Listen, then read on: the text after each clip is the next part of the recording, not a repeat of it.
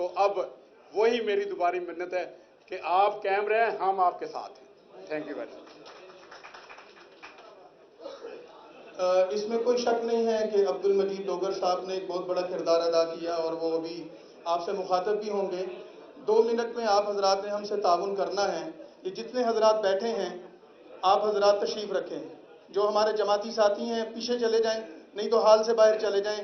دوبارہ کہنے کی نوبت نہیں آنی چاہیے. آپ حضرات بھی، ڈاکٹر صاحب آپ بھی تشریف رکھیں، ڈاکٹر صاحب اور وکلاء حضرات کو، کیونکہ ہال چھوٹا ہے، ہمارے قائد تشریف فرما ہیں، تو ہم خود مینجمنٹ کو خراب نہ کریں.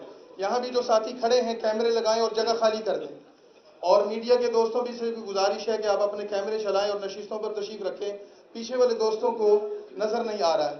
اور یہاں بھی جو دوستوں نے جو چلک پھلک شروع کر رکھی ہے، آپ حضرات نشستوں پہ بیٹھیں اور جو ذمہ داری ادا کر رہے ہیں وہ ادا کریں.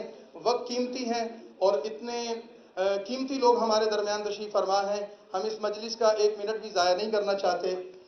جمعیت علماء اسلام پاکستان کی ایک سیاسی جماعت ہے، لیکن اس کے ساتھ ایک باوقار کلچر بھی رکھتی ہے. جمعیت علماء اسلام کی جہاں اپنی اور روایات ہیں جو اس کو دوسری سیاسی پارٹیوں سے ممتاز کرتی ہیں، وہاں جمعیت علماء اسلام میں خواتین کا بھی بے انتہا احترام کیا جاتا ہے. ہمارے قائد محترم سے پوچھا گیا کہ آپ کے جلسوں میں، آپ کے جلوسوں میں جب آپ سڑکوں پر آتے ہیں تو خواتین کیوں نہیں لے کر آتے؟ تو ہمارے قائد محترم نے ایک جواب دیا، اور وہ تاریخ میں سنہری حروف سے لکھا گیا ہے کہ ہم اپنی خواتین کو اس وجہ سے نہیں لاتے کہ ہمارے مرد خواتین کی نمائندگی کرنا جانتے ہیں. کچھ مجالس ایسی ہوتی ہیں جس میں خواتین کی ضرورت ہوتی ہے، پارلیمنٹ کے ایوان ہیں وہاں خواتین کی ضرورت ہوتی ہے، مختلف طبقہ ہے فکر میں خواتین نمائندگی کرتی ہیں. جمعیت علماء اسلام کے اجتماعات میں اور دوسرے اجتماعات میں فرق دیکھا گیا ہے کہ وہاں عورتوں کے دوپٹوں کو نوشا جاتا ہے، دھکم پیل کی جاتی ہے، بدتمیزی کی جاتی ہے. اور جمعیت علماء اسلام کے اجتماعات میں الحمدللہ عزت دی جاتی ہے. تو یہاں خواتین کی ایک تعداد بھی تشریف لائی ہے. ہم تہ دل سے ان کے مشکور ہیں، خوش آمدید کہتے ہیں کہ انہوں نے جمعیت علماء اسلام، جمعیت لائٹ فورم کو عزت بخشی.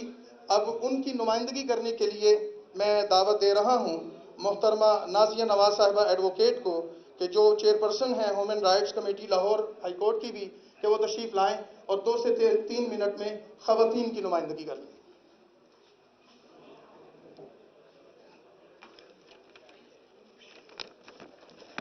نحمده ونصلي على رسوله الكريم اما بعد فاعوذ بالله من الشیطان الرجیم بسم اللہ الرحمن الرحیم.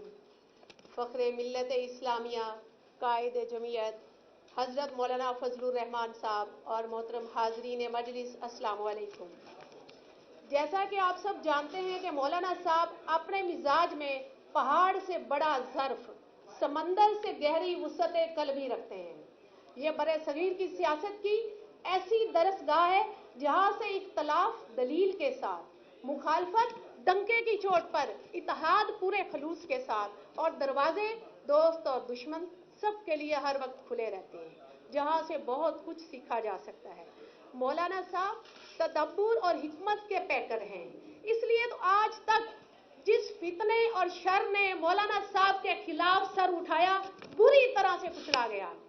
ہمارا فخر، ہماری شان مولانا فضل الرحمان.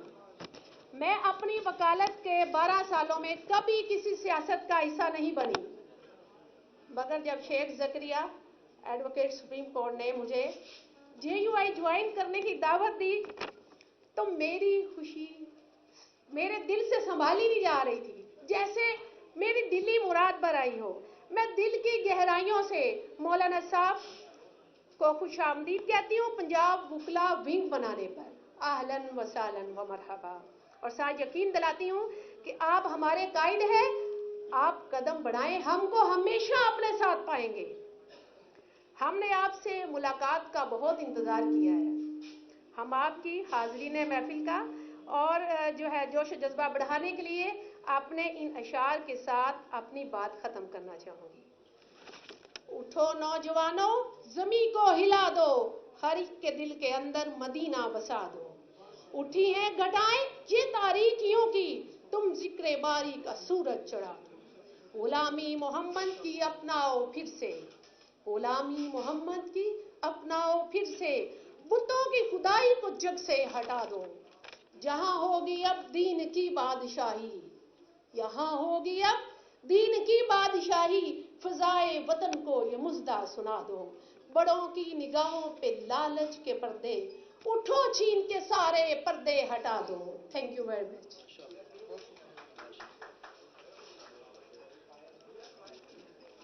جمعیت علماء اسلام میں مختلف